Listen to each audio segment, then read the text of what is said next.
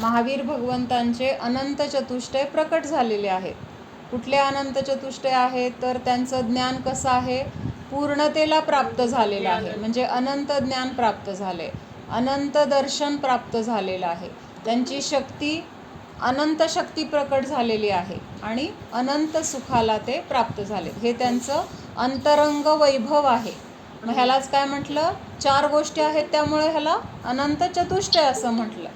मग हे अनंत चतुष्टय म्हणजे अंतरंग लक्ष्मी. आणि बहिरंग लक्ष्मी कुठली तर हे समोसरणादी बाह्य विभूती. आता ही बाह्य विभूती कशी आहे, तात्पुरती आहे, थोड्या दिवसांनी ती नष्टच होणार आहे. जेव्हा त्यांचं आयुकर्म संपणार आहे, ते सिद्ध अवस्थेला प्राप्त होणार आहेत, तेव्हा ही त्यांची बहिरंग लक्ष्मी तर नष्ट होणार आहे. पण अंतरंग लक्ष्मी कशी आहे, कायम त्यांच्यासोबत राहणार आहे. आणि अशी अंतरंग लक्ष्मी माझ्याजवळ पण आहे, आपल्या प्रत्येकाजवळ ही अंतरंग लक्ष्मी आहे. फक्त कुठल्या अवस्थेमध्ये आहे तर सुप्त अवस्थेमध्ये आहे, म्हणजे अजून ती प्रकट झालेली नाही. महावीर भगवंतांनी ती लक्ष्मी प्रकट केलेली आहे आणि आपल्याला अजून ती लक्ष्मी प्रकट करायची आहे. एवढ्याच दोघांमध्ये फरक आहे. म्हणजे एक फूल उमललेलं आहे आणि एक कळी अवस्थेमध्ये आहे, पण दोघांमध्ये क्षमता कशी आहे, सेम आहे. त्या क्षमतेमध्ये काही फरक नाही आहे, फक्त व्यक्त अजून व्हायचं आपलं बाकी आहे, एवढ्या अपेक्षेने आपल्यामध्ये फरक आहे. म्हणजे बी आहे आणि झाड आहे. झाड आहे ते आता उमलले किंवा मोठं झालंय, त्याला फळं फुलं लागलेत आणि अजून आपण कसे आहोत तर बीमध्ये आहोत. म्हणजे अजून आपलं बी कसं झालेलं आहे, पेरलं गेलं नाही किंवा उगवलं गेलं नाही. त्यामुळं पण त्या बियामध्ये पण तेवढीच शक्ती आहे की त्याच्यापासून पण झाड उत्पन्न होईल किंवा त्याला पण सगळी फळं फुलं लागतील. किंवा आणखीन एक दुसरं उदाहरण म्हणजे 2 चेक आहेत, तर एकाने काय केलं आहे, बँकेत जाऊन तो चेक भरला आहे आणि भरल्यामुळं आता त्याच्याकडे पैसे जमा झालेले आहेत, तेवढ्या पैशांचा तो मालक आहे किंवा त्याच्या हातामध्ये तेवढे कॅश आत्ता आहे. आणि आपला कॅश अजून, आपल्याकडचे जे काही पैसे आहेत ते कुठं आहेत, आपण अजून बँकेत तो चेक भरलाच नाही, त्या चेकवर फक्त जमा आहेत. जमा करणं आणि पैसे काढून घेणं ही क्रिया अजून आपल्याला करायची आहे, एवढा फरक आहे. तर असे हे कुठले महावीर भगवान किंवा वर्धमान स्वामी अंतरंग लक्ष्मीने सहित आहेत. त्याच्यानंतर अजून काय आहे तर पापरूपी कलंकाला त्यांनी काय केलेलं आहे, धुवून काढलेलं आहे, म्हणून ते कसे झालेले आहेत, निर्मळ अवस्थेला प्राप्त झालेले आहेत. मग ह्या निर्मळ अवस्थेलाच काय म्हटलंय, वीतराग अवस्था. तिथं आता कुठलीही कषायांची मलिनता नाही, कर्माची मलिनता नाही, परिग्रहाची मलिनता नाही, म्हणून ते काय झालेले आहेत, निर्मल झालेले आहेत. मग अशा त्या वर्धमान स्वामींना अजून ते कसे आहेत तर त्यांचं केवल ज्ञान कसं आहे, स्पष्ट विशद आणि पूर्णतेला प्राप्त झालेलं आहे. त्याच्यामध्ये लोक आणि अलोक असे हे सगळ्या पूर्ण लोकाकाश अलोकाकाशामधील सर्व द्रव्य कसे झळकत आहेत तर स्पष्टपणे त्यांच्या ज्ञानामध्ये झळकत आहेत. जसं आरशामध्ये आपलं प्रतिबिंब, विशद म्हणजे विशाल, महान, विशाल असं घ्यायचं. तर म्हणजे त्यांचं ज्ञान पूर्णतेला प्राप्त झालेलं आहे ना, म्हणजे आता कुठं त्याचा विकास व्हायचा बाकी राहिलेलं नाही. जेवढी त्या ज्ञानाची क्षमता आहे तर ती पूर्णपणे तिथं काय झालेली आहे, व्यक्त झालेली आहे किंवा प्रकट झालेली आहे. तर अशा त्या वर्धमान स्वामींना आपण दररोज नमस्कार करतो. कशासाठी करतो, ते महान आहेत म्हणूनच फक्त नमस्कार करतो का अजून आपला दुसरा कुठला हेतू आहे, कशासाठी, आपल्याला पण त्यांच्यासारखं बनायचं आहे. हां, मला पण त्यांच्यासारख्या जे गुण आहेत तर त्यांच्यासारख्या गुणांची प्राप्ती मला पण व्हावी, ह्याच्यासाठी आपण त्यांना नमस्कार करतो. मग असं मंगलाचरण कुठलं आहे की ज्याच्यामध्ये असं स्पष्ट सांगितले की तुमच्यासारख्या गुणांची प्राप्ती मला व्हावी. कुठलं आहे मंगलाचरण असं, आणि तहून तत्वसूत्राचं वंदे तद्गुण लब्धे. हां, मोक्षमार्गस्य नेतारं भेत्तारं कर्मभूभृतां ज्ञातारं विश्वतत्त्वानां वंदे तद्गुणलब्धे. हां, म्हणजे तुमच्यासारख्या गुणांची प्राप्ती मला व्हावी म्हणून मी तुम्हाला नमस्कार करत आहे. तर असे भगवानांचं म्हणजे वेगवेगळ्या पद्धतीने प्रत्येक आचार्यांनी काय केलेलं आहे, त्यांची स्तुती केलेली आहे, त्यांची महानता त्याच्यामधून व्यक्त होत आहे. हां, तर आपण काय बघतोय? रत्नकरण श्रावकाचार मधला तिसरा अधिकार, सम्यक चारित्र अधिकार. तर त्याच्यामधलं गुणव्रतांचं स्वरूप आपण बघतोय. आज आपण म्हणजे हे कुणाला PDF वगैरे सापडत नसेल किंवा कसं ओपन होत नसेल तर त्याचे स्क्रीनशॉट काढून पाठवलेत ग्रुपवर, तर तेवढे बघा. त्याच्यामधलंच आपण घेतोय रोज. हां, तर श्लोक म्हणूया. गुणव्रतामधले जे गुणव्रतांचे प्रकार आहेत तर ते बघतोय. तर पहिलं गुणव्रत कुठलं आहे? तृप्ती? हां, दिग्व्रत नावाचं पहिलं गुणव्रत आहे. दिग्व्रत म्हणजे काय? तर ज्या काही 10 दिशा आहेत, तर आपल्याला गरज जेवढी आहे तेवढ्या गरजेचं किंवा जिथंपर्यंत आपलं कामासाठी आपल्याला जायला यायला लागतं तेवढी मर्यादा सोडून त्या बाहेरच्या सगळ्या दिशांची मर्यादा करणं, तर हे काय आहे? दिग्व्रत असं म्हटलेलं आहे. त्याच्यानंतर पुढचं दुसरं कुठलं आहे? अनर्थदंड नावाचं दुसरं व्रत आहे. अनर्थदंडाचा अर्थ काय होतो? अनर्थदंड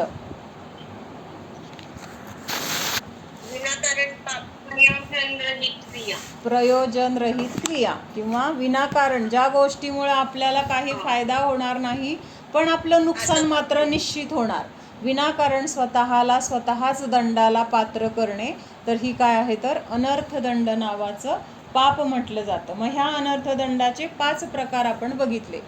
पापोपदेश, हिंसादान, त्याच्यानंतर अपध्यान, दुश्रुती आणि प्रमादचर्या. मग त्याच्यामधलं आत्ता आपण अपध्यान नावाचं अनर्थदंडाचा प्रकार आपण बघतोय. अपध्यान म्हणजे काय? तर विनाकारण ज्या गोष्टींचं आपल्याला काही गरज नाही अशा गोष्टींचं काय करायचं?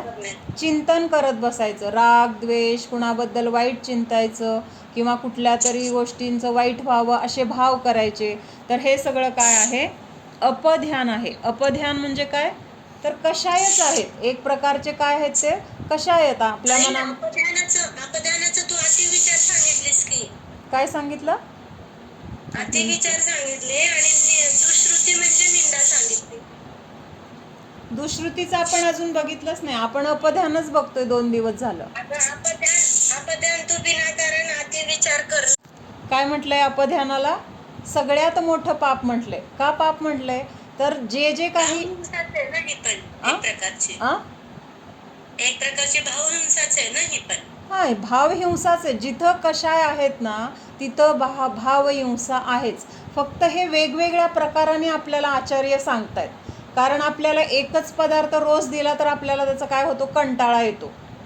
रोजच आपल्याला दशमी रोटलीच खायला दिली जाईल का? आपल्याला काहीतरी वेगळं लागतं. तसं वेगवेगळ्या पद्धतीने वेगवेगळ्या मार्गाने आपल्याला आचार्य काय सांगतायत की त्या गोष्टी ज्या चुकीच्या आहेत तर त्या सांगण्यासाठी असे वेगळे वेगळे सांगतायत मार्ग. एकूण काय सांगायचं आहे आपल्याला? आचार्यांना काय सांगायचं आहे की बाबा ह्या गोष्टी इतक्या वाईट आहेत की त्या वाईट कशा आहेत ह्या सांगण्यासाठी वेगवेगळ्या पद्धतीने सांगितलं तर आपल्याला त्याचं महत्त्व जास्त समजेल किंवा त्याचं किती महत्त्व आहे हे कळेल. अरे बापरे, परत परत तेच सांगतायत. परत परत का सांगतायत? तर ती गोष्ट तितकी महत्त्वाची आहे म्हणून सांगतायत. आपण मुलाला सारखं सांगतो अभ्यास कर अभ्यास कर अभ्यास कर. का सांगतो अभ्यासच कर म्हणून? सारखं खेळ खेळ खेळ सांगतो का? तर अभ्यासाचं महत्त्व जास्त आहे म्हणून अभ्यास कर म्हणून सांगतो. तसं हे अपध्यान हे जे आहे ना हे सगळ्या पापाचं मूळ म्हटलं तरी चालेल. कारण ह्याच्यामधूनच आपल्याकडनं सगळी पापं होत आहेत. अगोदर मनामध्ये आपण जे जे विचार करतो ना ते विचार मनामध्ये आल्यानंतरच नंतर त्या कृतीमध्ये येतात, नंतर ते वचनामध्ये येतात. अगोदर बोललो आणि नंतर मनात विचार आला असं होतं का कुणाचं? नाही होत. अगोदर मनात विचार येणार मग त्याच्याबद्दल आपल्याकडनं बोललं जाणार किंवा मग त्याच्याबद्दल आपल्याकडनं क्रिया केली जाणार. म्हणून चूक कुठं होते? पहिल्यांदा जिथं चूक होते ना तिथं ती दुरुस्त करायला पाहिजे किंवा काय चूक आहे आणि ती कुठं आहे हे पहिल्यांदा बघायला पाहिजे. त्याच्यासाठी आपल्याला हे सांगतायत की मग ते कशायत म्हणून सांगतील, एकदा सांगतील की कशाय दुःखाला कारण आहे, एकदा सांगतील आपले परिणाम कसे दुःखाला कारण आहे. मग आता इथं अपध्यानाचं चाललेलं आहे. मग ह्या अपध्यानातूनच बाकीची सगळी पापक्रिया होणार आहेत. 5 प्रकारची जी पापं आहेत ती पहिल्यांदा कुठं होत आहेत, तर आपल्या मनामध्ये होत आहेत, आपल्या ह्या कषायांमध्ये होत आहेत. तिथं उत्पन्न झाल्यानंतर मग ती बाहेर दिसणार आहेत. वचनातून दिसतील, कृतीतून दिसतील, क्रियेमधून दिसतील. मग हे सगळं काय आहे, तर मग मुळात आपल्याला बंद कुठं करायचं आहे, जिथून त्याचा स्रोत आहे तिथं आपल्याला पोहोचायचं आहे. झाडाला फळ लागलंय, विषारी आहे, काटेरी आहे, किंवा त्या झाडाला खूप काटे आहेत आणि ते झाड आपल्या दारातच आहे. मग येता जाता त्याच्या फांद्या आपल्याला टोचत आहेत. त्याची फळं चुकून जर खाली पडली तर आपली लहान बाळं तिथं गेली तर चुकून जर खाल्ली तर ती मरणाची भीती आहे. म्हणून आपण काय केलं, त्या झाडाची ती फांदी, ज्याला फळं आहेत ती फांदी तोडून टाकली, किंवा जेवढ्या फांद्याला फळं आहेत त्या फांद्या तोडून टाकल्या. मग चालेल का, हे बरोबर आहे का? परत थोड्या दिवसांनी तिथं ती फांदी फुटणार, त्याला परत ती फळं येणार, परत ती पुढची भीती राहणार. म्हणून मग काय करायला पाहिजे, तर ते झाड मुळापासून तोडायला पाहिजे. मग हे आपल्या लक्षात यायला पाहिजे की ह्या झाडाचं मूळ खाली आहे, आणि ते मूळ जेव्हा आपण काढणार तेव्हा त्या झाडाला फळं यायची बंद होणार आहे, किंवा आपल्याला पुढं जे काही भीती आहे आपल्या मुलाबाळांची, किंवा आपल्याला जो काही रोज त्रास होतोय तो त्रास होऊ नये ह्याचा जर आपल्याला पूर्ण बंदोबस्त करायचा आहे, तर पहिल्यांदा ते झाड मुळापासून उखडणं गरजेचं आहे. आणि त्याच्यासाठी त्याची मुळं खाली आहेत हे आपल्याला माहीत असणं गरजेचं आहे. तसं आपल्याकडून जे काही पापं होत आहेत, जे काही कर्मबंध आपल्याला होत आहे, जे काही आपल्याला दुःख मिळतंय, त्याचं मूळ कुठं आहे, तर त्याचं मूळ इथं अपध्यानामध्ये आहे. अपध्यानामध्ये आहे म्हणजे ह्या सगळ्या आपल्या विचारामधूनच चाललंय ना. अपध्यान आपल्या मनामध्येच चाललंय. जे चिंतन आहे, काल सांगितलं होतं ना, एक आपल्या स्वभावाला किंवा शुद्धात्म्याला, आपल्या जीवाला जाणण्याचं सोडून जो जो विचार आहे, शुद्धात्म्याचा विचार सोडून किंवा शुद्धात्म्याचं चिंतन सोडून, शुद्धात्म्याच्या गुणांना जाणण्याचं सोडून, त्या बाहेरील जो जो विचार आहे, तर ते सगळे विचार काय आहे, कशामध्ये येतील, ह्या अपध्यानामध्येच येतील. म्हणजे अगदी सूक्ष्मतेने बघितलं तर त्याच्यामध्ये थोडंसं पुढं गेल्यानंतर, म्हणजे आता मुनींच्या अवस्थेमध्ये किंवा व्रत नियम संयम घेतल्यानंतर जो शुभोपयोग आहे ना, म्हणजे ज्या गोष्टी आत्ता आपल्यासाठी खूप गरजेच्या आहेत, षटक्रिया वगैरे आपण म्हणतो की नाही, रोज षटक्रिया करायला पाहिजेत, किंवा रोज आपण स्वाध्याय करायला पाहिजे, आवश्यक आहे, ह्या गोष्टीसुद्धा पुढं जाऊन आपल्याला सोडायच्यात. कुठल्या अवस्थेमध्ये, जेव्हा आपण मुनी अवस्था धारण करणार आहे, किंवा जिथं आपण सगळ्या परिग्रहाचा त्याग करणार आहे, तिथं गेल्यानंतर आपल्याला ह्या शुभ क्रियांचा सुद्धा काय करायचं आहे, त्याग करायचा आहे. म्हणजे त्यांच्यासाठी ह्या शुभ क्रिया किंवा ह्या शुभ क्रियाबद्दलचे जे जे काही चिंतन असेल, तर त्यांच्या अवस्थेमध्ये हे चिंतन सुद्धा कसं आहे, अपध्यान म्हटलं जाणार आहे. मला जे सांगायचं ते बरोबर समजून घ्या. त्याचा अर्थ आत्ता त्या गोष्टींचा निषेध नाही आहे. आत्ता त्या गोष्टी आपल्यासाठी खूप महत्त्वाच्या आहेत, मस्ट आहेत. आपल्याला काय आहेत, अत्यावश्यक म्हटलं जाते. पण पुढं गेल्यानंतर आपल्याला त्या गोष्टीसुद्धा सोडायच्या आहेत. का सोडायच्या आहेत, तर त्याच्यापेक्षा काहीतरी बेस्ट आपल्याला मिळणार आहे, त्याच्यापेक्षा चांगलं काहीतरी आपल्याला त्याच्या पुढं दिसतंय. म्हणून मग त्याच्या अगोदरचं आपल्याला सोडणं गरजेचं आहे. म्हणून हे अपध्यान जे आहे, तर ते अपध्यान आपल्याला एवढ्या डिटेलमध्ये बघण्याचं कारण काय आहे, तर थोडंसं बघितलं आणि पुढं गेलं की त्याचा विसर पडतो, परत जे पुढचं चाललंय त्याच्यामध्ये आपण गुंततो. पण हे अपध्यान आपल्याला असं लक्षात राहिलं पाहिजे की आपण विचार कुठले जरी करत असलं तरी आपल्याला आठवण आली पाहिजे, अरे माझं जे विचार चाललंय ते कशाचं चाललंय, ते अपध्यान आहे का. मग ते अपध्यान जर असेल तर त्याच्यापासून मला काय फायदा होणार आहे, काय नुकसान होणार आहे. जर मला त्याच्यापासून नुकसानच होणार आहे, मला त्याच्यापासून दुःखच मिळणार आहे, तर ह्या अपध्यानापासून मला स्वतःला बचाव करण्यासाठी काही करावं लागणार नाही. ॲटोमॅटिक तिथं ब्रेक लागणार आहे की नाही.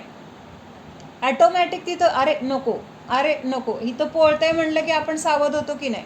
स्वतःला समजून सांगावं लागतं का, अरे पोळतंय जाऊ नको, तुला किती सांगायचं, कळत नाही का. लगेच तिथं पोळतंय म्हणलं की आपली दिशा आपण बदलून टाकतो. आपल्याला तर 5 म्हणजे काय संज्ञे आहोत, पंचेंद्रिय आहोत. छोटे छोटे जे जीव असतात ना, मुंगी असेल किंवा अजून कुठले हे 2 इंद्रिय 3 इंद्रियवाले जीव, त्यांच्या संपर्कामध्ये सुद्धा जरा असं उष्णतेचे वगैरे प्रकार आले ना, ते लगेच दिशा बदलतात. आपल्याला त्यांची हालचाल अशी वेगाने झालेली जाणवते. म्हणजे त्यांना सुद्धा लक्षात येतं की तिथं त्यांना वेगळं काही करावं लागत नाही, पटकन दिशा बदलायचं कळतं.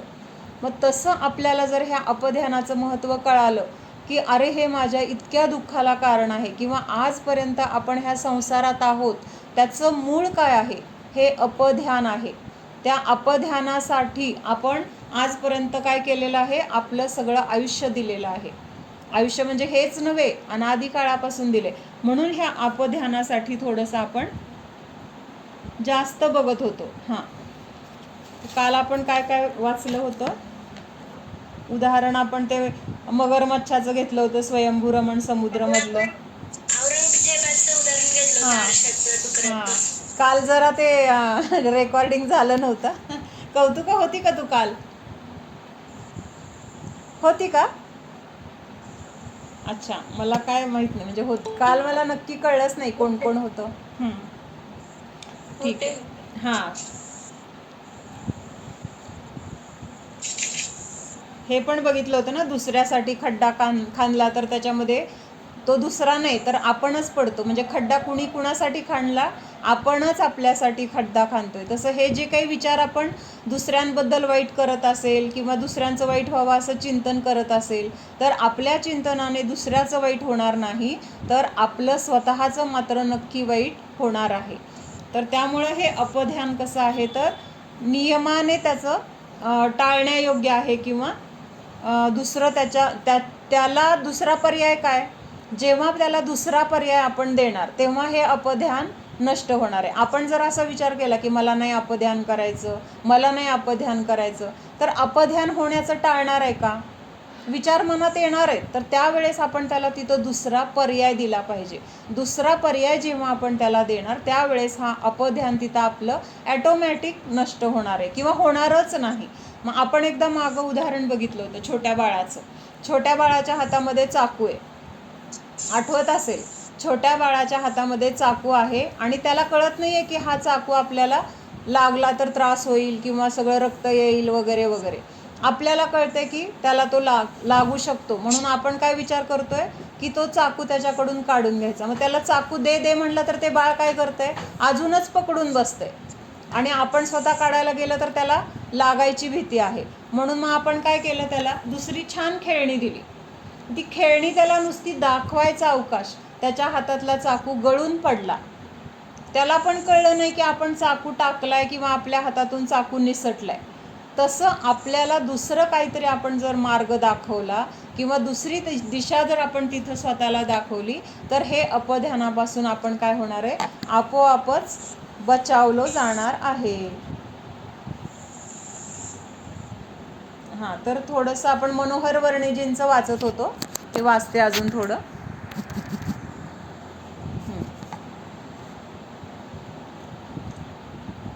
खुले साहस यह विश्वास आप रख रहे हैं ना कि हम भी तो कभी तो हम मोक्ष जाएंगे.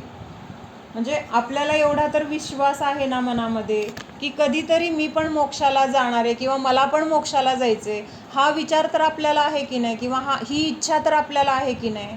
मग ही इच्छा आहे. किंवा अजून काय, कभी तो हम भी परमात्मा बनेंगे, तो वहा क्या होता है. मग ह्या अवस्थेमध्ये जर आपल्याला पण मोक्षाला जायची इच्छा आहे किंवा कधीतरी आपण सिद्ध होणार आहे, व्हायचं आहे, मग हा विचार तर येतो. मग हा विचार येतो का की ती जी सिद्ध अवस्था असेल त्या सिद्ध अवस्थेमध्ये काय असणार आहे, काय असणार आहे सिद्ध अवस्थेमध्ये. का नुसतं मला मोक्षाला जायचं आहे, मोक्षाला जायचं आहे, सगळे गेलेत अरिहंत सिद्ध झालेत म्हणून मला जायचं आहे, असा विचार करायचा आहे का. ती सिद्ध अवस्था म्हणजे काय, ते मोक्ष अवस्था, तिथलं स्वरूप माझं काय असणार आहे, हे पण आपल्याला माहीत असणं गरजेचं आहे. तर ते सांगतायत इथं की वहाँ क्या होता है, एक शुद्ध गुण का विकास. काय आहे तिथं, पूर्ण जी शुद्ध अवस्था आहे तर त्या शुद्ध अवस्थेचा पूर्ण तिथं विकास झालेला आहे. आज आपल्यामध्ये पण जीव आहे तो कसा आहे, शुद्ध अवस्थेमध्ये आहे. त्याचं स्वरूप कसं आहे, शुद्धच आहे. फक्त त्या शुद्धतेमध्ये काय झालं, हे बाकीची घाण येऊन तिथं मिसळली गेली.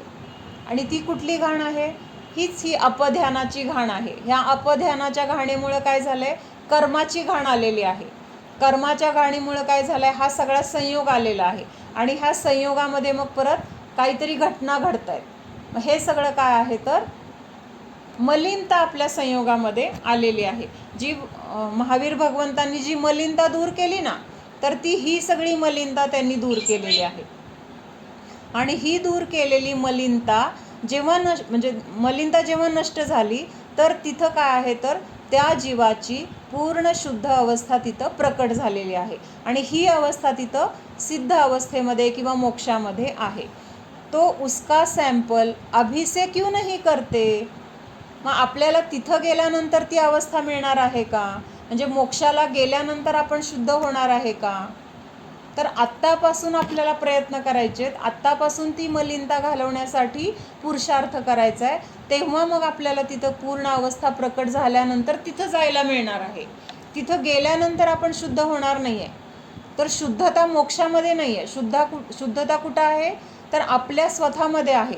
आणि जी काही घाण आहे ती घाण नष्ट करण्याचा प्रयत्न आपल्याला आत्तापासूनच करायचा आहे. मग त्यांनी तेच लिहिले, उसका सॅम्पल अभी से क्यों नहीं करते. म्हणजे तिथं जी शुद्धता आहे त्याचा प्रयोग आत्तापासून आपण का नाही करायचा. तर तो उपाय आपण आत्तापासून सुरू केला पाहिजे. थोडा अपने में स्वच्छता लाए. म्हणजे जे सिद्ध भगवान स्वच्छ झालेले आहेत. कसे झालेले आहेत महावीर भगवान, पूर्ण स्वच्छ झालेले आहेत. म्हणजे आता चिखलामध्ये पडलेलं सोनं आहे. काय आहे, चिखलामध्ये सोनं पडले. मग ते सोनं कसं आता उचलून आणलं आपण, चिखलामध्ये पडलं होतं, पडलं म्हणून सोडून देणार का आपण. सोनं आपलं काहीतरी एक 5 तोळ्याचं बिस्किट आहे आपल्या हातात आणि चुकून ते चिखलामध्ये पडलं.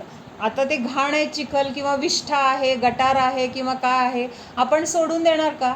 वेळ पडली तर हात घालून काढणार की नाही. तिथं दुसरं काही जर मिळालं नाही काढायला, जाऊ दे हात काय 100 वेळा धुवू, आपण सॅनिटाईज करू, काय करू, 12 भानगडी करू, पण ते आधी पडलेलं आपण तिथं हात घालून तिथं विष्ठा असली तरी विचार करणार, कोणीच विचार करणार नाही. पटकन ते कसं निघल हा विचार करेल. आणि मग ते घरी आल्यानंतर ते आपण स्वच्छ केलं. जे जे उपाय आहेत स्वच्छ करण्याचे ते सगळे वापरले आणि ते स्वच्छ केलं. आता ते सोनं कसं आहे, पूर्ण शुद्ध आहे का त्याच्यामध्ये अजून त्या गटारीतली घाण आहे, काही नाही आहे. मग ती घाण त्या सोन्यामध्ये शिरली होती का, काही अंशाने. आता समजा एखादा कपडा आहे तो जर त्या गटारीत पडला, तो गटारीत पडल्यानंतर काय झालं, ती गटारीतली घाण त्या कपड्यामध्ये शोषली गेली, पूर्ण त्या कपडा रूप झालेली आहे. तसं त्या सोन्यामध्ये ती घाण गेली का, ती फक्त वरवर होती. त्यामुळं ते सोनं कसं झालं, पूर्ण शुद्ध झालं, लगेच शुद्ध झालं. आणि आता आपल्या मनामध्ये एवढीही शंका नाही आहे की त्याच्यामध्ये घाण असेल का. आपल्याला गॅरंटी आहे नाही, आता हे सोनं पूर्ण स्वच्छ झालेलं आहे, त्याच्यामध्ये कुठलीही मलिनता नाही. तसा आपला जीव कसा आहे तर असा पूर्ण शुद्ध आहे. फक्त ते सोनं जसं चिखलात पडल्यामुळं घाण झालेलं आहे, तसा आपला जीव किंवा आपलं जीवद्रव्य ह्या कर्मांच्या किंवा कषायांच्या घाणीमध्ये अडकल्यामुळं तिथं ती घाण आहे. पण जेव्हा ह्याला आपण शुद्ध करणार आहे, सोन्यासारखी प्रक्रिया करणार आहे, तर ती प्रक्रिया केल्यानंतर त्याच्यामध्ये कुठलीही मलिनता राहणार नाही. तर ते सोनं जसं शुद्ध करण्यासाठी प्रक्रिया केली, तसं इथं हे मनोहरजी वर्णी सांगतायत की ती स्वच्छता करण्याचा प्रयोग आपण आत्तापासूनच का नाही करायचा. तर थोडा थोडा स्वच्छ करण्यासाठी पुरुषार्थ आपण आत्तापासून केला पाहिजे. आणि ही स्वच्छता करायची म्हणजे काय करायचं आहे तर हे जे आपलं अपध्यान कुठल्या ना कुठल्या रूपाने चाललेलं आहे, तर पहिल्यांदा आपण जर तिथं ब्रेक लावायला गेलो किंवा ते जर कमी झालं तर तिथं आपली काय झाली, स्वच्छता होण्यासाठी सुरुवात झाली, गुणांचा विकास व्हायला सुरुवात झाली. मग हे काम आहे तर ते आत्ता आपल्याला प्रारंभ करणं गरजेचं आहे. असं नाही आहे की आपल्याला तिथं मोक्षात गेल्यानंतर मग हे काम करायचं. पुढं काय सांगतायत, अगर एकदम हम बुरे बुरे ही रहे और हम सोचे कि किसी दिन हम परमात्मा बन जाएंगे तो ऐसा हो सकता है क्या. मग आपण जर असा विचार केला, जाऊ दे काय असेल ते असेल, काय विचार आपल्याला येत आहेत ते येत आहेत, किंवा आपल्या आजूबाजूला सगळा संसार आहे, अशा घटना घडत आहेत, मग मला विचार येणार, मला कशाय होणार, मला राग द्वेष करावे लागणार किंवा मला त्याच्याशिवाय पर्याय नाही, मग काय हरकत आहे. म्हणून जर आपण ह्या गोष्टी करत बसलो कधी व्हायचं तेव्हा परमात्मा होता येईल किंवा आपोआप थोडे दिवसांनी होईल, असा विचार करून जर आपण ह्या गोष्टी शुद्ध होण्याची जी काही प्रक्रिया आहे तर ती करण्याचा जर आपण विचार केला नाही तर आपण ॲटोमॅटिक परमात्मा होणार नाही. त्याच्यासाठी आपल्याला प्रयत्नपूर्वक पुरुषार्थ करणं गरजेचं आहे असं सांगतायत. ऐसा हो सकता है क्या? नहीं हो सकता.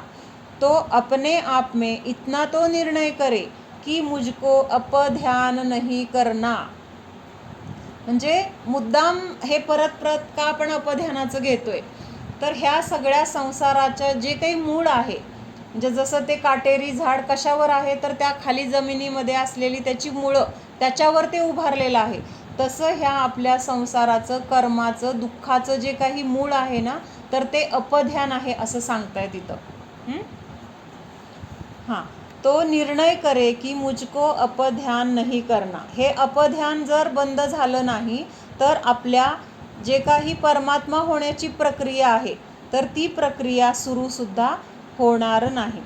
कहा तो गया है की यह अनर्थदंड, म्हणजे ह्याला म्हटलंय तर खरं अनर्थदंड, मगर यह तो साक्षात बहुत बडा पाप है. लक्षात येते का सगळ्यांना? म्हणजे ह्याला अनर्थदंड म्हटलंय पण साक्षात हे बहुत बडा पाप है, म्हणजे थोडं छोटं मोठं नाही आहे, तर बहुत बडा पाप है. ऐसे अनर्थदंडों से विरक्त होना अनर्थदंड नाम का व्रत है. मग जेव्हा आपण ह्या अनर्थदंडाच्या ह्या अपध्यानापासून विरक्त होणार तेव्हा हे अनर्थदंड नावाचं व्रत आपल्याला होणार.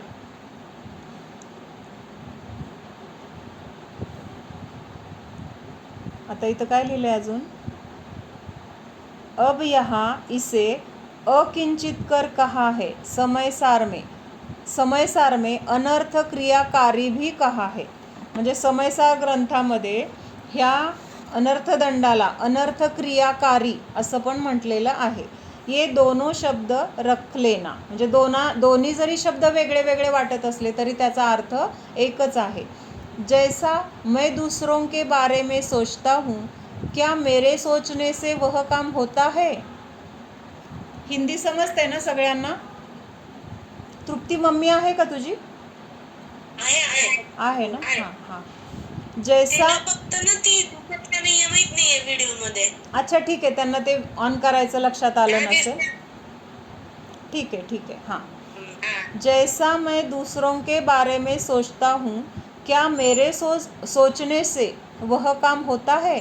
म्हणजे मी विचार केला की त्याचं वाईट व्हावं, त्याचं नुकसान व्हावं, त्याला काहीतरी असा त्रास व्हावा, रोग व्हावा की त्याच्यामध्ये त्याला खूप दुःख मिळावं, असं मी चिंतन केलं तर माझ्या अशा चिंतनाने त्याला तो त्रास होणार आहे का, असं त्याने विचारले.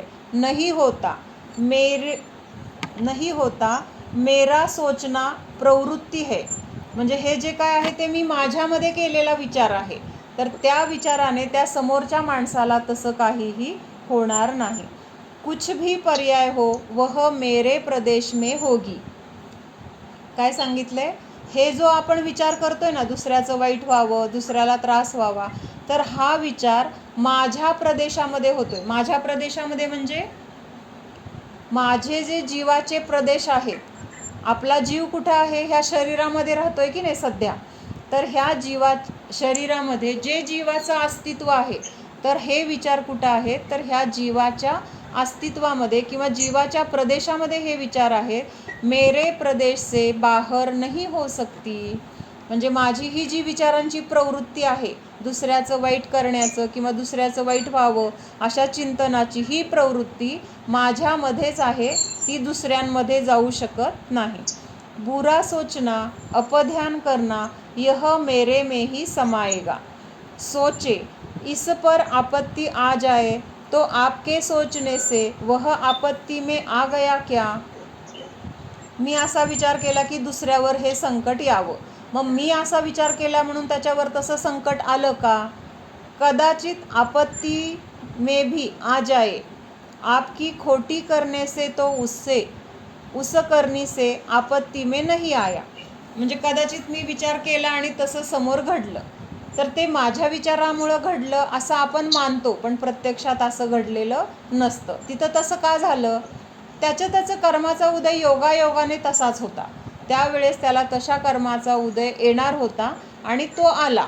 त्याला कारण आपले विचार नाहीत. आपल्या विचारांचं फळ कुठं मिळणार आहे? आपल्या प्रदेशामध्ये, म्हणजे आपल्या जीवालाच मिळणार आहे. हाँ, सोचे इस आपत्ति आ जाए तो आपके सोचने से वह आपत्ति में आ गया क्या? कदाचित आपत्ति में भी आ जाए आपकी खोटी करने से तो उस करनी से आपत्ति में नहीं आया वह, किंतु उस काल में उसके भी पाप का उदय था, इसलिए आपत्ती में आ गया. म्हणजे त्यावेळेस त्याच्या पण पाप कर्माचा उदय होता आणि त्यामुळे त्याला तसं संकट आलं. पर आपके सोचने से आपत्ति में नहीं आया. तो अनर्थ क्रियाकारी मायने सोचने का जो काम है वह काम वहाँ हुआ नहीं. म्हणजे आपण जे काही विचार केला होता तर तो विचार तिथं काही लागू पडला नाही. तो विचार कुठं राहिला? आपला आपल्यातच राहिलाय. म्हणजे आपण काल बघितलं होतं ना, जीवद्रव्य आणि पुद्गल द्रव्य एकमेकाला स्पर्श पण करत नाही आहेत. कोणाचा तरी आवाज येतोय, म्यूट करा. विपू मावशी, विशाखा,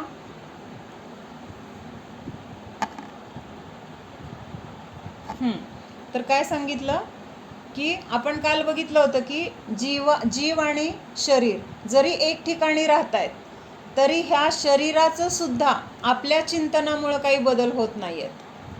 आपल्याला वाटतं ह्या शरीराचं सगळं मी केलं, मी करणार आहे, मी पोषण करणार आहे, माझ्यामुळे हे शरीर असं आहे, असं कधी आपल्याला, असं कधी काय नेहमीच वाटतं. पण आपण ह्या शरीराचं सुद्धा काही करू शकत नाही.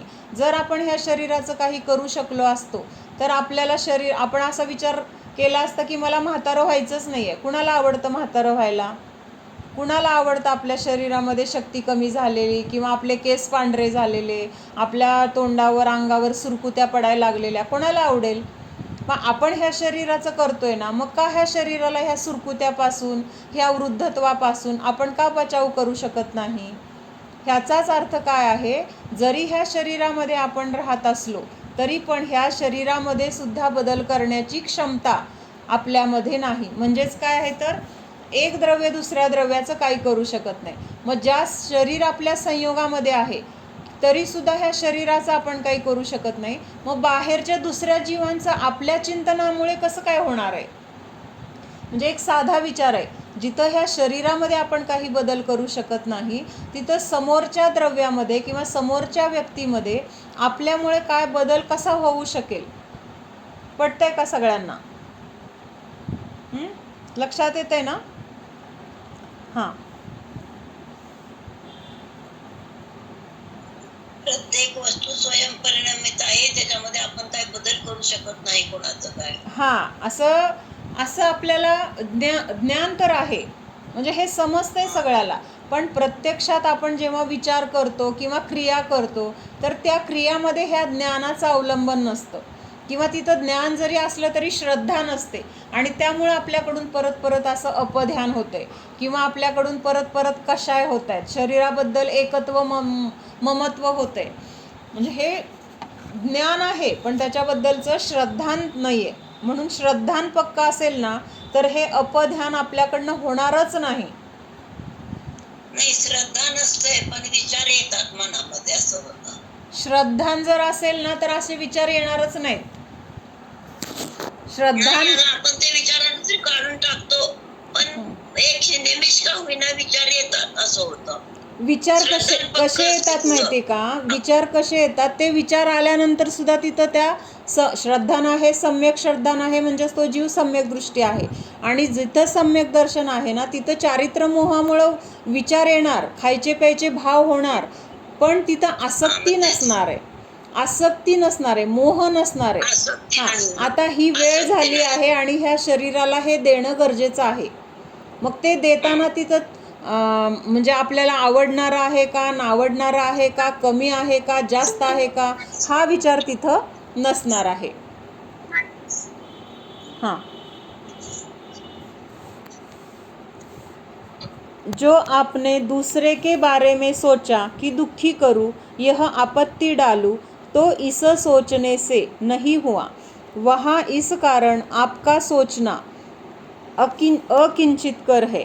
म्हणजे आपण जे काही विचार केले ना ते आपल्यामध्येच राहिले, तिथं समोरच्या द्रव्यामध्ये त्या विचारांमुळं किंचितसुद्धा फरक पडला नाही, त्याच्यामध्ये किंचितही तसा काही बदल घडला नाही किंवा त्याचं वाईट किंचितही आपल्यामुळं होणार नाही, म्हणून त्याला अकिंचित कर म्हटलंय. अकिंचित कर म्हणजे काय, किंचितसुद्धा त्याच्यामुळे काही फरक होऊ शकत नाही.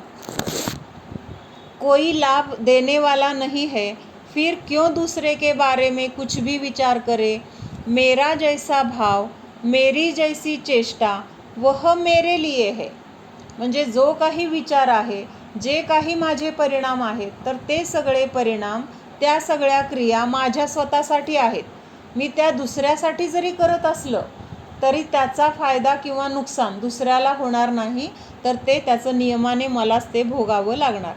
उसके बारे में भी अपने मन को हैरान करूँ तो यह चेष्टा मेरे लिए है. म्हणजे किती जरी मी मग त्याच्यासाठी मनाचा आटापिटा केला, नाही मला त्याला त्रास द्यायचाच आहे, काही झालं तरी त्याचं वाईट झालंच पाहिजे, काही झालं तरी त्याला मी हे करूनच दाखवणार, असं आपण किती जरी आटापिटा केला तरीसुद्धा तिथं ते त्याला मी काय करू शकणार नाही, ते फक्त माझ्यापुरतंच मर्यादित राहणार आहे.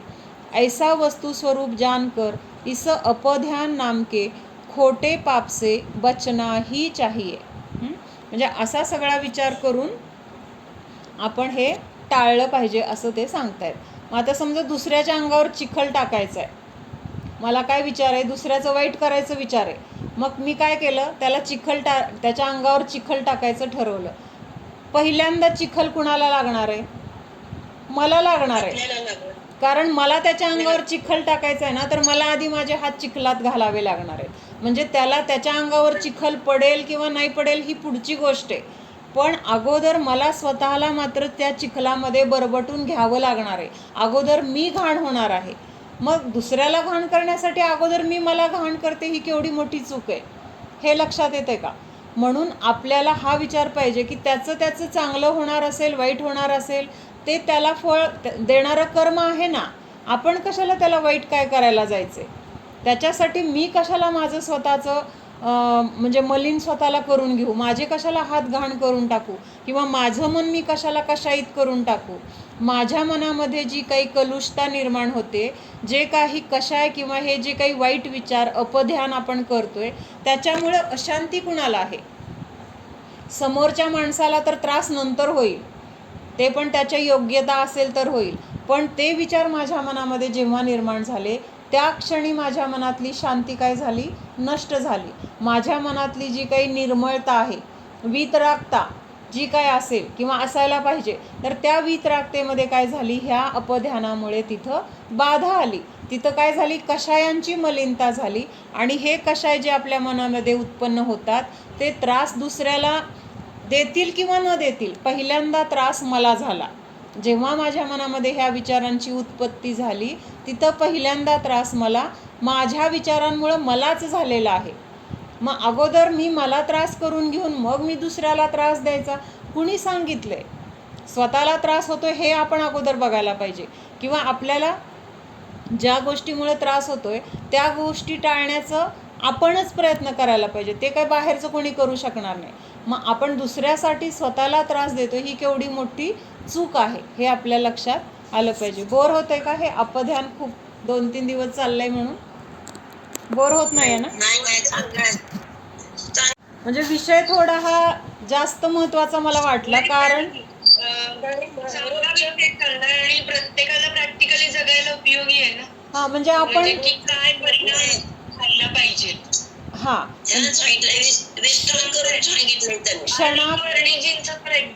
हा तेच वर्णिजींनी खूप छान घेतलंय हे, म्हणूनच म्हटलं. आणि क्षणाक्षणाला आपल्याकडनं ह्या चुका होत आहेत, क्षणाक्षणाला होत आहेत, कधीतरी होत नाही आहेत. त्यामुळं ब्रेक लावायसाठी आपल्याला ह्याची जर माहिती असेल तर आपण स्वतःला ब्रेक लावायला खूप सोपं जाणार आहे.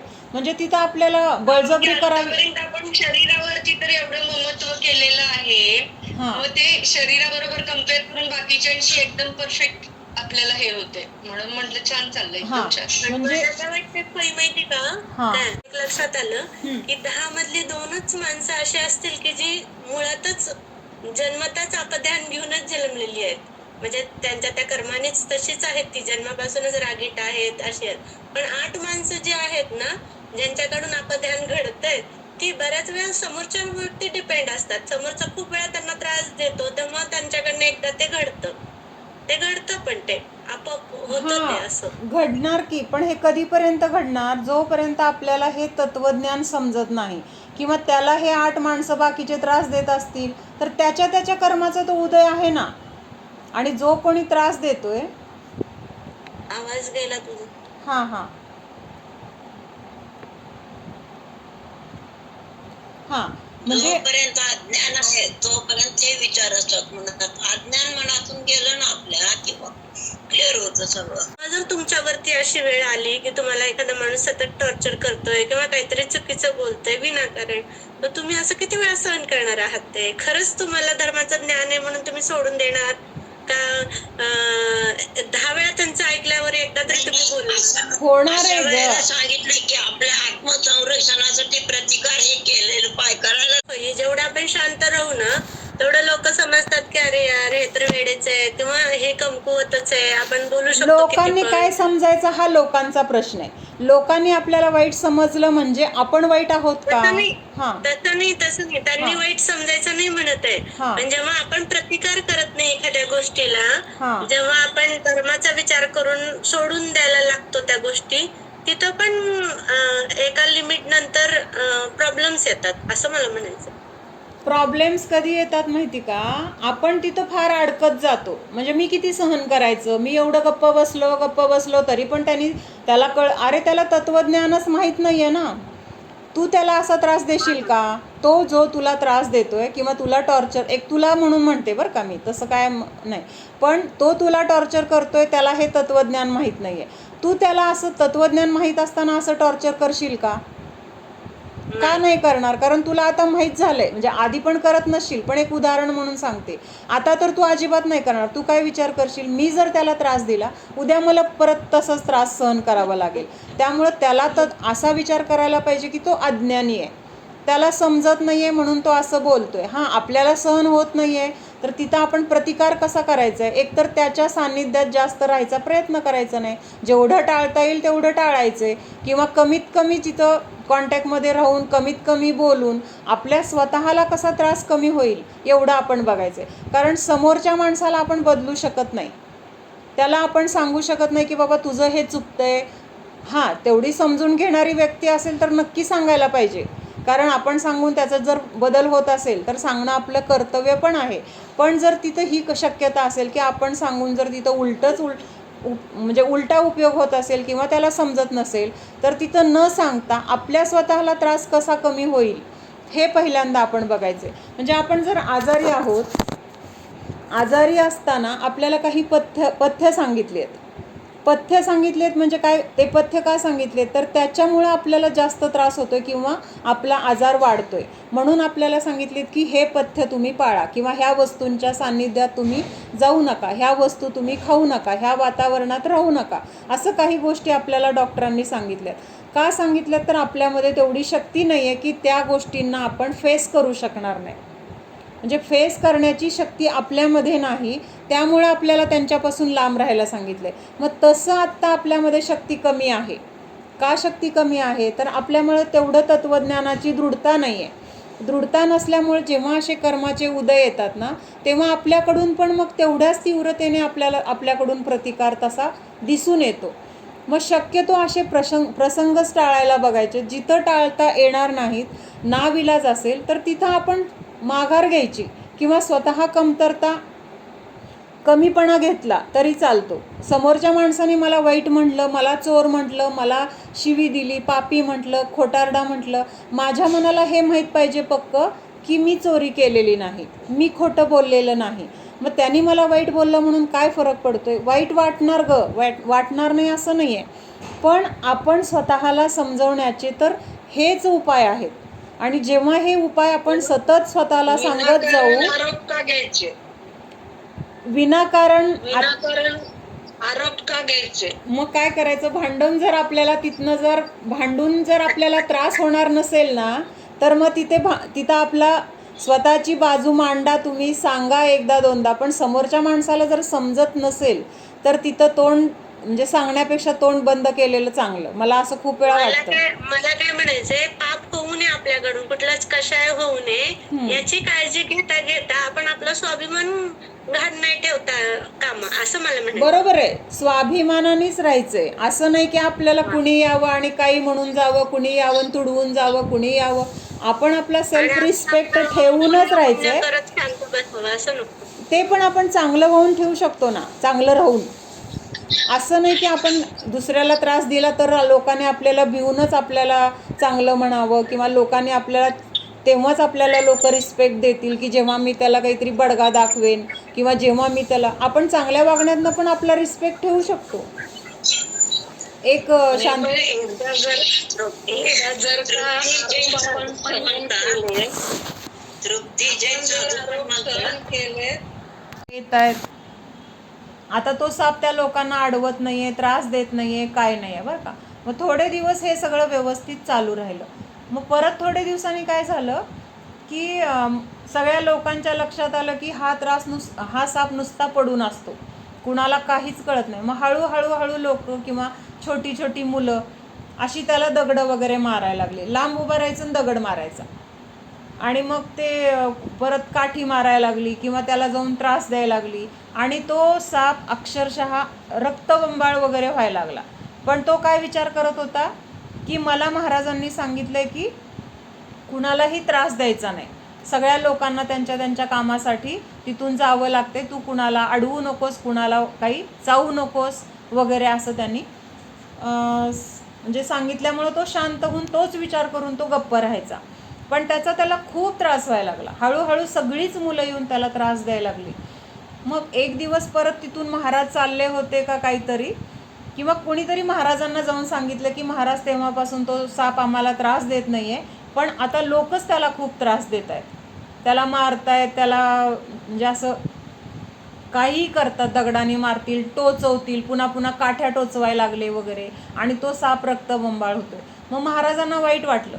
महाराज परत त्याच्याजवळ गेले आणि त्याला सांगितलं की मी तुला एवढं सांगितलं होतं की तू दुसऱ्यांना त्रास देऊ नको, कुणाला अडवू नकोस, कुणाला चावू नकोस, त्यांच्या मार्गामध्ये पडून राहू नकोस, त्यांचं नुकसान करू नकोस, एवढं तुला सांगितलं होतं. ह्याचा अर्थ असा नाही की तू स्वतः त्रास सहन कर. तुला हे सगळे त्रास देत आहेत त्यावेळेस तू त्यांना चावू नको, पण स्वतःचा सुरक्षा करण्यासाठी तू तुझा काहीतरी असं फुत्कार कर की जे त्यांनी फुत्कार जर केला तर त्याच्याजवळ यायला लोक घाबरतील, मुलं घाबरतील. म्हणजे त्यांना तू भीती दाखव, चावू नकोस, त्यांच्या रस्त्यावर पडू नकोस, पण त्यांना तुझ्याबद्दलची पण भीती त्यांच्या मनामध्ये राहिली पाहिजे की एवढं ह्याला जाऊन आपण त्रास देणं चुकीचं आहे. मग हे त्यांच्या मनामध्ये भीती निर्माण करण्यासाठी ते जर तुझ्याजवळ येऊन तुला टोचायला लागले किंवा तुला जर असं काही दगडं मारायला लागले तर तू नुसता फुत्कार कर, आणि हा जेव्हा तू फुत्कार करशील तेव्हा ते तुला त्रास द्यायचं बंद करतील आणि तू सुरक्षित राहशील. तू दुसऱ्यांना त्रास पण देऊ नको आणि दुसऱ्यांचा त्रास तू सहन पण करू नको. हे कुणी सांगितलं त्याला? महाराजांनी सांगितलं. आणि मग त्यानंतर त्यांनी ते ऐकलं, आणि दुसऱ्या दिवशी मुलं आली परत त्याला त्रास द्यायला वगैरे, त्यांनी नुसता असा फणा काढून फुत्कार केला की घाबरून पळाली मुलं, आणि परत त्याच्याजवळ कोणी आलं नाही. म्हणजे इथं काय समजून घ्यायचं आहे आपल्याला की अन्याय पण सहन करायचा नाही आणि दुसऱ्याला त्रास होईल असं पण वागायचं नाही. म्हणजे आपला जो धर्म आहे ना अनेकांत स्वरूपी आहे, तर तो अनेकांत काय तो हाच आहे. आपण जर एकाच दृष्टीने बघत गेले ना तर तो एकांत होतो, आणि हा एकांत नेहमीच दुःखाला कारण आहे. म्हणजे त्यांनी एकाच बाजूने ऐकलं सापाने की नाही, माझ्यामुळे कुणाला त्रास झाला नाही पाहिजे, मला महाराजांनी सांगितले, मला महाराजांचं ऐकायचं. पण महाराजांचा हेतू असा नव्हता की तू अन्याय सहन कर. महाराजांनी त्याला सांगितलं होतं की तुझ्यामुळे लोकांना त्रास होतोय आणि असा त्रास तू लोकांना देऊ नकोस. म्हणजे एक गोष्ट जरी सांगितली तर त्याच्या दुसरी साईड पण त्याला असते, हे आपण लक्षात घ्यायला पाहिजे. मग आपल्याला कोणी जर त्रास देत असेल तर तिथं प्रतिकार करायचा आहे, पण तिथं आपण त्याच्याबद्दल वैर ठेवायचं नाही, त्याच्याबद्दल वाईट चिंतन करायचं नाही. मुळात पहिल्यांदा तो आपल्याला त्रास येतो, त्रास द्यायला येतोय, हे आपल्या कर्माचं फळ आहे हे पण आपल्या लक्षात आलं पाहिजे. पण फळ आहे म्हणून तिथं गप्प पण बसायचं नाही आहे. जे काही प्रतिकार करायला पाहिजे तर तो प्रतिकार तिथं आपण करायला पाहिजे. ह्यालाच विरोधी वापरली आता एकांतातून. आता एक वाक्य काय वापरली? आपला जो जैन धर्म आहे ना तर तो अनेकांत सांगतो. अनेकांत म्हणजे काय? एक गोष्ट असेल, एक बाजू जरी तिथं आपण बोलत असलो तरी त्याच्यासोबत तिथं दुसरी पण बाजू असते. फक्त त्यावेळेस ती बाजू आपण बोललो नसतो किंवा ती बाजू गौण असते. मुख्य जे बोललं ना, कथन मुख्य जे वाक्य आपण बोललो ते बोलत असताना तिथं दुसरी पण कुठली तरी साईड आहे हे आपल्या लक्षात असणं. तर ह्यालाच काय म्हटलंय? अनेकांत. म्हणजे महाराजांनी त्याला सांगितलं होतं की तू त्रास देऊ नको. म्हणजे दिसताना आपल्याला वर काय दिसतंय की महाराजांनी एकच वाक्य सांगितलंय की बाबा तुझ्यामुळं त्रास होतोय आणि तू लोकांना त्रास देऊ नको. पण हे सांगत असताना तिथं दुसरी पण बाजू आहे की तू अन्याय पण सहन करू नको. म्हणजे महाराज त्याला तसं म्हटले नंतर, मी तुला अन्याय सहन कर असं कुठं सांगितलंय? मी फक्त सांगितलंय की तू लोकांना त्रास देऊ नकोस, तुझ्यामुळं लोकांचं नुकसान होतंय, तर हे असं तू करू नकोस. मग हे त्यांनी ऐकल्यामुळं त्यांनी काय तेवढंच एक एकांत धरला आणि त्या एकांतामुळं त्याला ते त्रास सहन करावा लागला. त्याच्या अंगावर काय झालं? त्याच्या अंगावर सगळे जखमा झाल्या, टोचून घ्यावं लागलं, दगडांचा मार सहन करावा लागला. हे सगळं कशामुळं झालं? तर एक साईड त्यांनी फक्त समजून घेतली. म्हणून अनेकांत काय सांगतो की एका वेळेस तिथं अनेक गोष्टी आहेत, म्हणून अनेक बाजूनी जर आपण विचार केला ना तर तिथं मग आपल्याला दुःख होणार नाही. मग आता इथे राजूबून तू काय म्हटली? त्यांनी पण हेच विचारलं होतं जे तू उत्तर दिलीस आता. हां, राजूबून त्यांच्याबद्दल हां एवढंच आहे. आणि हाच अनेकांतवाद आहे. म्हणजे अनेकांत स्वरूप किंवा तिथं अनेक बाजू आहेत. तो मला त्रास देतोय म्हणजे माझ्या पूर्वीचा कर्माचा तसा उदय आहे, म्हणजेच मी त्याला तसा त्रास दिलेला आहे. मी त्रास दिलेला आहे म्हणजे मी तसे परिणाम केलेले आहेत. एक जरी घटना असली तर त्याच्या मागं किती गोष्टी आहेत. त्या कर्माचा आज उदय आलेला आहे. आज जर मी परत त्याला तसाच त्रास दिला तर परत पुढच्या जन्मी पण मला परत तो त्रास सहन करावा लागणार आहे. ही साखळी कशी सतत चालू राहणार आहे. मग आता आपल्याला ही साखळी मोडायची आहे. मग त्याचा त्रास सहन करायचा नाही, पण त्याच्याबद्दल आपल्या मनामध्ये वैरभाव, रागद्वेष किंवा कुठले कषाय, शत्रुत्व ह्या गोष्टी मात्र नाही ठेवायच्या. एवढाच तिथं समजून घ्यायचं आहे. तर असं हे अपध्यान आपल्याला काय करायचं आहे? नष्ट करायचं आहे किंवा अपध्यानापासून स्वतःचा बचाव करायचा आहे. संपलं का आता हे अपध्यान? हां, आता हे अपध्यानाचं हे वर्णिजींचं वाचत होते ना तर तेवढंच होतं ते. अजून ह्याच्याबद्दल म्हणजेच अनेकांत का? अनर्थदंड जे व्रत आपण बघतोय ना तर त्या अनर्थदंडाचे व्रत नाही बरं का, अनर्थदंड नावाचं पाप आहे. त्या अनर्थदंड पापाचे हे 5 प्रकार सांगितले. पापोपदेश, हिंसादान, अपध्यान, दुश्रुती आणि प्रमादचर्या. मग हे काय प्रकार आहेत तर त्यांचं स्वरूप आपण बघतोय.